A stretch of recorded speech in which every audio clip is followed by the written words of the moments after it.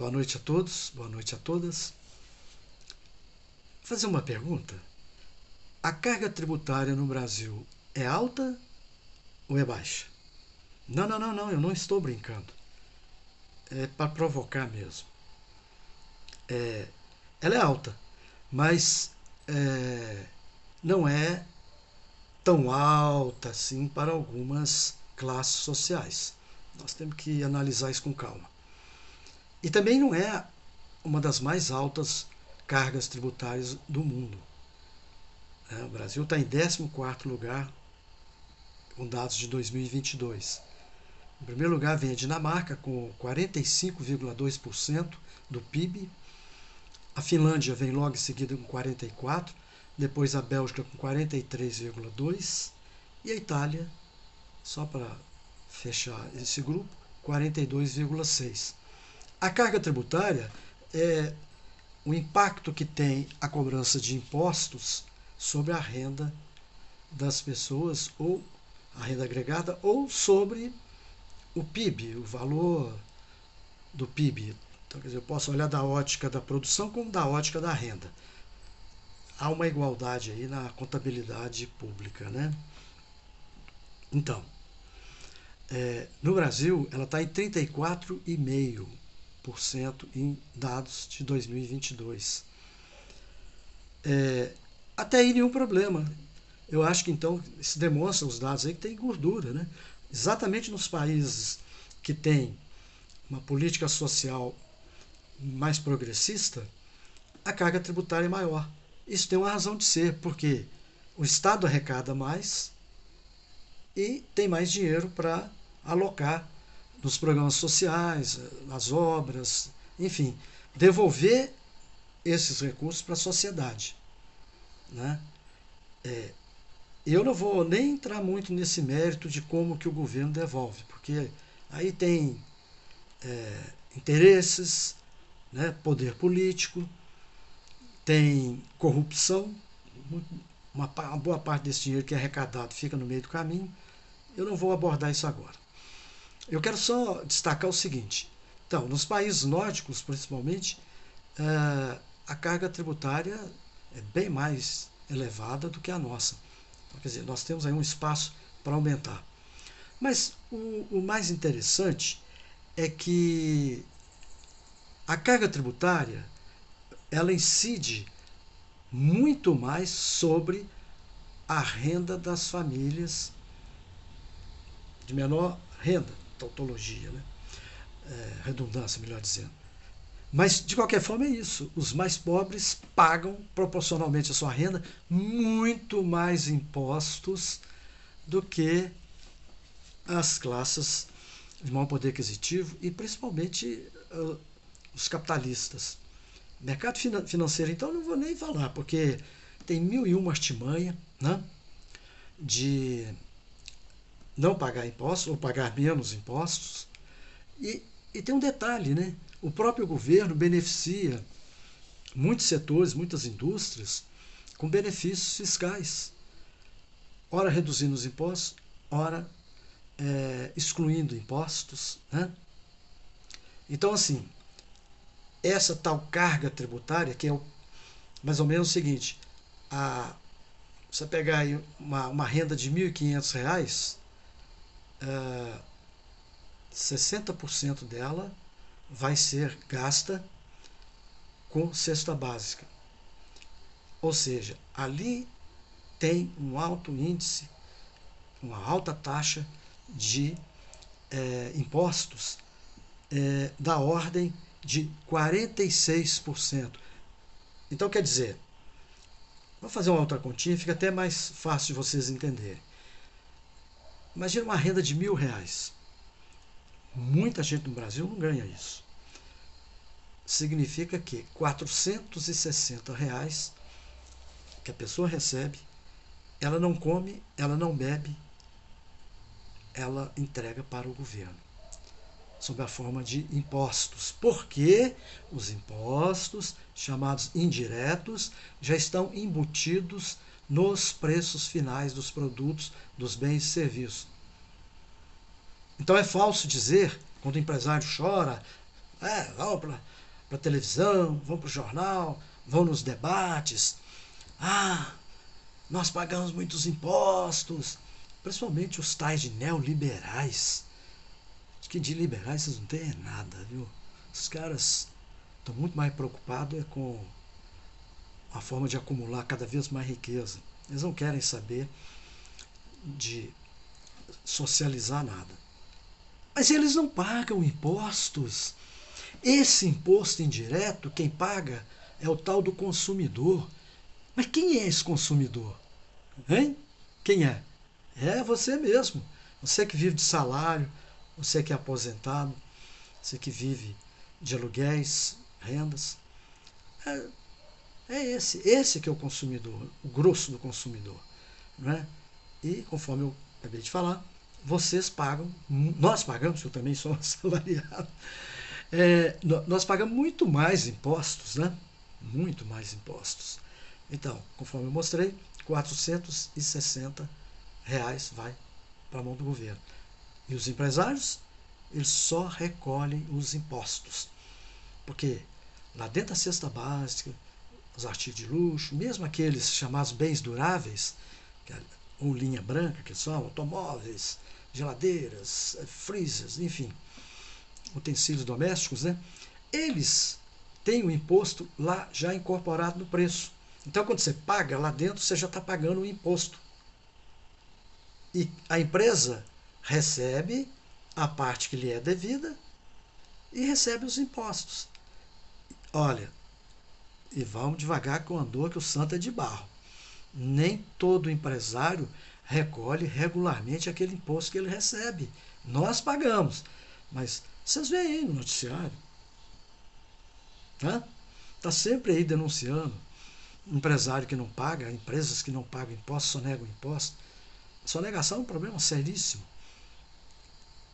E é criminoso, porque são os pobres, a classe média, né, os micro e pequenos empresários, que com o suor do seu dia a dia pagam os impostos e as empresas não recolhem, vão transformar isso em capital de giro, vão dar uma outra destinação, em lucro, enfim. Então, esse é um dado. Bom, então esse é o chamado imposto indireto, que ele incide sobre os preços dos bens e serviços de consumo final.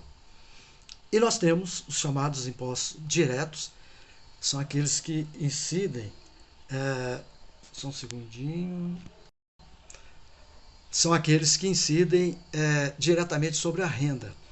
Nós podemos citar aí o principal deles, o imposto de renda, né, que representa 21,6% do PIB, enquanto que os impostos indiretos, que os mais pobres pagam, ou os menos ricos pagam, representa 46%, quer dizer, mais do que o dobro. Né? E nós temos aí o imposto sobre a folha de salário, 4,64. Vocês vão dizer, mas o fundo de garantia, PIS, COFINS, quem paga é a empresa. Sim, a empresa paga, mas ela considera isso como um custo e isso incorpora o preço final. Então, a empresa não paga. Quem paga, né, são os consumidores. Os consumidores é que pagam. E nós temos aí eu errei um dado, tá? Falei 4,64, não, é 27,34. Porque 4,64, na verdade, é o imposto sobre o patrimônio. TBI, ITR, enfim, aqueles impostos que incidem sobre a propriedade. IPVA, e uma série de outros tributos. Esses impactam diretamente a renda, né, das pessoas. Mas mesmo assim, vocês vejam que o percentual, a taxa é muito menor. E ela permite, né, a legislação tributária, fiscal, permite que muitos empresários, porque eles não pagam o imposto de renda, porque a renda dele vem do lucro e dividendos, considera-se que a empresa já foi tributada, então o empresário, pessoa física, na hora de fazer sua declaração, ele não vai pagar, ou se pagar, vai pagar uma taxa muito mínima, pequena. Então nós temos que repensar isso, né? A nossa política tributária ou política fiscal, ela é regressiva. Prestem bem atenção nesse nome, porque ela incide mais sobre os salários e a renda dos que recebem menos. Nós precisamos transformar isso numa política progressiva, como é em muitos países europeus e os escandinavos, que eu acabei de falar aqui, onde a carga tributária é bem mais elevada e incide muito mais sobre a renda do que sobre o consumo. Se nós conseguirmos trabalhar nessa perspectiva, no médio e longo prazo, os benefícios serão enormes. O Estado terá mais recursos, esses recursos pesarão mais no bolso daqueles que ganham mais e menos daqueles que ganham menos. Isso aumenta o consumo, é bom para as empresas, porque o consumidor vai ter mais dinheiro no bolso. Aquele exemplo que eu dei, R$1.000. Se nós conseguíssemos reduzir isso aí para, em vez de 40%, 46%, para 20%, nós teríamos R$260 para as famílias consumirem mais. Consumindo mais empregos, mais lucro, mais desenvolvimento, e o Estado continuaria arrecadando da mesma forma, e arrecadando até mais, porque quanto maior o tamanho do PIB, né, o Estado arrecada mais. Então, sob esse aspecto, não há risco. Alguém vai falar, mas o equilíbrio fiscal, esse bendito equilíbrio fiscal, isso é um engodo.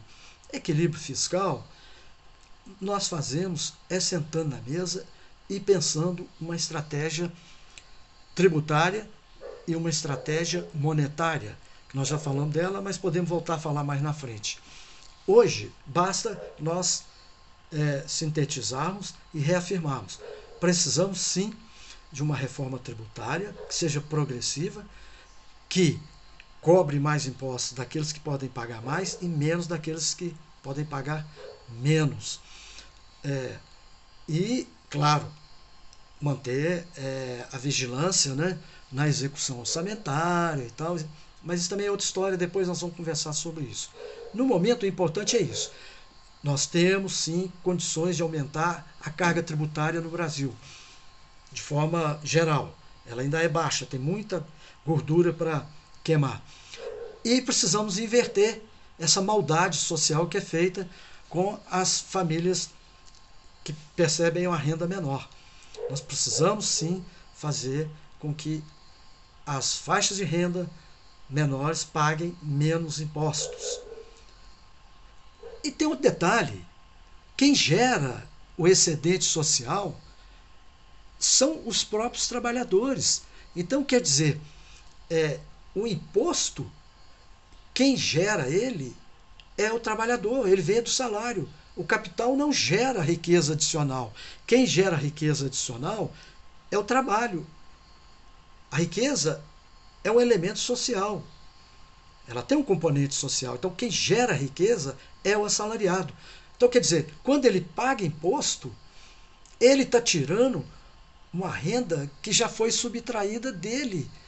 Então, de qualquer forma, quando se fala em impostos, que é um excedente econômico, porque a renda já foi distribuída sob a forma de salários para os trabalhadores, sob a forma de juros e dividendos para o mercado financeiro, para os investidores, para os bancos, as financeiras, as fintechs e agora os bancos digitais, não é verdade?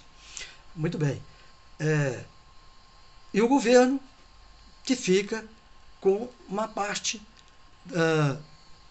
da renda, que são os impostos, mas esses impostos correspondem a um excedente econômico que foi produzido pelos trabalhadores nas fábricas, no campo, nos escritórios.